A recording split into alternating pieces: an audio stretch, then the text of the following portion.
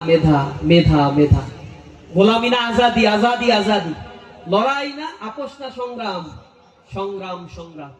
এই স্লোগানগুলো যারা দিয়েছিল তারা ছিল বিশ্ববিদ্যালয়ের সবচেয়ে মেধাবী শিক্ষার্থীরা। তারা তাদের অধিকার ফিরে পেতে চেয়েছিল। তারা এই স্লোগান দিয়েছিল এই কারণেই চাকরি ক্ষেত্রে চরম বৈষম্য তাদের সাথে করা হয়েছে। একটা পার্টিকুলার দলের সুযোগ সুবিধা দেওয়ার জন্য, রাজনৈতিক দলকে সুযোগ সুবিধা দেওয়ার জন্য তাদের পাপের সাম্রাজ্য তারা গড়ে তুলেছিল। মানুষের মানবিক অধিকার থেকে তাদেরকে বঞ্চিত করা হয়েছিল। সাংবিধানিক অধিকার চাইতে গেলে মানুষদেরকে গুম করা হতো, খুন করা হতো। মানুষ যদি ন্যায্য কথা বলতো আয়না ঘরে প্রেরণ করা হতো, ডিহিউম্যানাইজ করা হতো, ট্যাগিং করা হতো। রাজাকার, আলবদর, আসাম এই কথাগুলো তাদেরকে বলে সমাজের মধ্যে বিভেদ ছড়ানো হতো। চেতনার কথা বলে জাতির মধ্যে ঐক্যের ফাটল ধরিয়েছিল তারা। তারা এভাবে করে মানুষকে বিভাজন তৈরি করে ঘুম পাড়িয়ে রেখেছিল। আর জাতির মধ্যে যত প্রকার উন্নয়নের নামে করাপশনে লিপ্ত হয়েছিল তারা। তারা বড় বড় এক্সপ্রেসওয়ে তৈরি করছে আর মহা করাপশনে এই জাতিকে নিমজ্জিত করে ফেলেছে। চাকরির অধিকার থেকে ছাত্ররা বঞ্চিত হয়ে 56% তখন ছিল পুরা, 40% ছিল মেধাবীদের মেধার মাধ্যমে তারা চাকরি পেত। তাহলে ইউনিভার্সিটিতে পড়ে লাভটা কি? ইউনিভার্সিটিতে পড়ার পরে 30 লক্ষ 40 লক্ষ বেকার বাংলাদেশে রাইট নাও বেকার। দারিদ্র সীমার নিচে মানুষ বসবাস করছে। একটা নির্ধারিত গোষ্ঠীর কাছে কোটি কোটি টাকা জিম্মি হয়ে আছে। Can you imagine? 234 billion dollar পাচার হয়ে গেছে এই দেশ থেকে। স্বাস্থ্য খাতে চরম অব্যবস্থাপনা। ডিজিটাল কারচুপির মধ্য দিয়ে কোটি কোটি টাকা সেখান থেকে আত্মসাৎ করা হয়েছে আমাদের দেশের জনগণের টাকাগুলো। মাথাপিছু আয়ের নাম করে শুভঙ্করের ফাঁকি করা হয়েছে।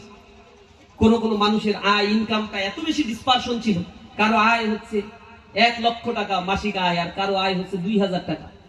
এভারেজ করে দেওয়া হয়েছে 2883 মার্কিন ডলার আমাদের মাথাপিছু আয়। এভাবে করে দারিদ্র সীমার নিচে যে মানুষগুলো ছিল তারা ডে বাই ডে দারিদ্র সীমার নিচে চলে গিয়েছে। এই অধিকার থেকে বঞ্চিত হওয়ার পরে মানুষ কিন্তু জেগে উঠেছিল। তাদের প্রতারণার কথাগুলো মানুষ কিন্তু জানতে পেরেছিল। সেখানে মানুষকে 2022 সালে আপনারা দেখবেন ফ্যামিলি কার্ড দিছিল, টিসিবি কার্ড দিছিল, 1 কোটি কার্ড তারা ছাড়ছিল এই সমাজ।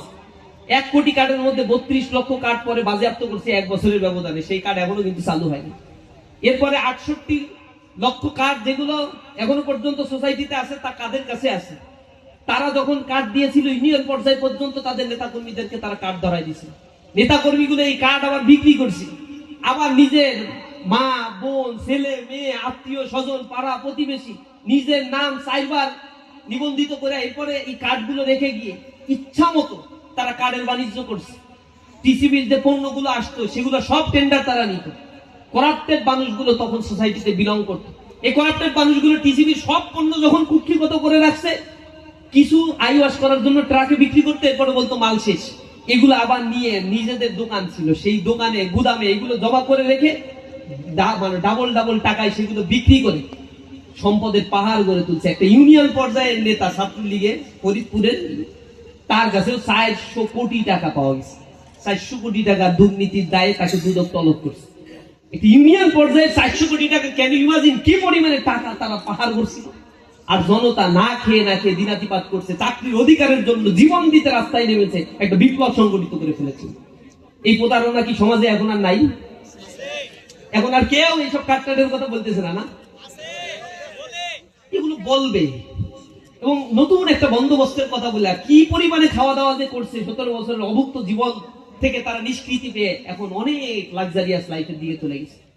এই ইয়াং জেনারেশনের সাথে আবার প্রতারণার জন্য নব হাত তারা পাতার জন্য চেষ্টা করছে।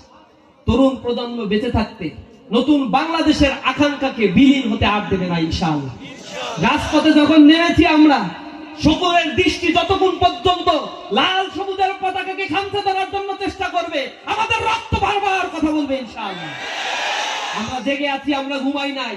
দেশের স্বার্থে ঐক্যবদ্ধ বাংলাদেশ গড়ে তোলার জন্য, সমৃদ্ধের বাংলাদেশ গড়ে তোলার জন্য, দুর্নীতিমুক্ত একটি বাংলাদেশ গড়ে তোলার জন্য, ইনসাফের বাংলাদেশ প্রতিষ্ঠার জন্য তরুণ প্রজন্ম জাগ্রত অবস্থায় ভূমিকা পালন করবে ইনশাআল্লাহ। আমাদের দেশে এখন চলছে ডেমোগ্রাফিক ডিভিডেন্ড, তারুণ্যের জয়গান চলছে। 65% মানুষ হচ্ছে বাংলাদেশে বর্তমানে কর্মক্ষম। এই সুযোগ পৃথিবীতে যে জাতি পেয়েছে সে জাতি উন্নতির স্বর্ণশিখরে আরোহণ করেছে। আমাদেরকে মাসি পিসির ঘুম পড়ানো, মাসি পিসির গল্প শুনিয়ে ঘুম পাড়িয়ে রাখা হয়েছে। আমাদের জাতিকে কর্মক্ষম করা হয় নাই। আমাদের শ্রম শক্তিকে কাজে লাগানো হয় নাই, আমাদেরকে দিয়ে ব্যবসা বাণিজ্য করানো হয়েছে, আমাদেরকে নিয়ে ব্যবসা করা হয়েছে, পণ্য না। আমাদেরকে এক একজন নেতার পিছনে পিছনে ঘুরিয়ে ঘুরিয়ে 2-4 পয়সা ধরিয়ে দিয়ে সন্ত্রাসের স্বর্গরাজ্য বানানোর জন্য চেষ্টা করা হয়েছে। যখন আপনি চাকরি পাবেন না, তখন চাকরির জন্য তো নেতার পিছনে ঘুরতেই হবে। যখন টোটাল সিনারিওটা পরিবর্তন হয়ে যাবে, প্রত্যেকে যখন কর্মমুখী শিক্ষার মধ্য দিয়ে চাকরি কিনতে এন্ট্রান্সের সুযোগগুলো পাবে, তখন এই সমাজের চেহারাটা টোটালি পাল্টে যাবে।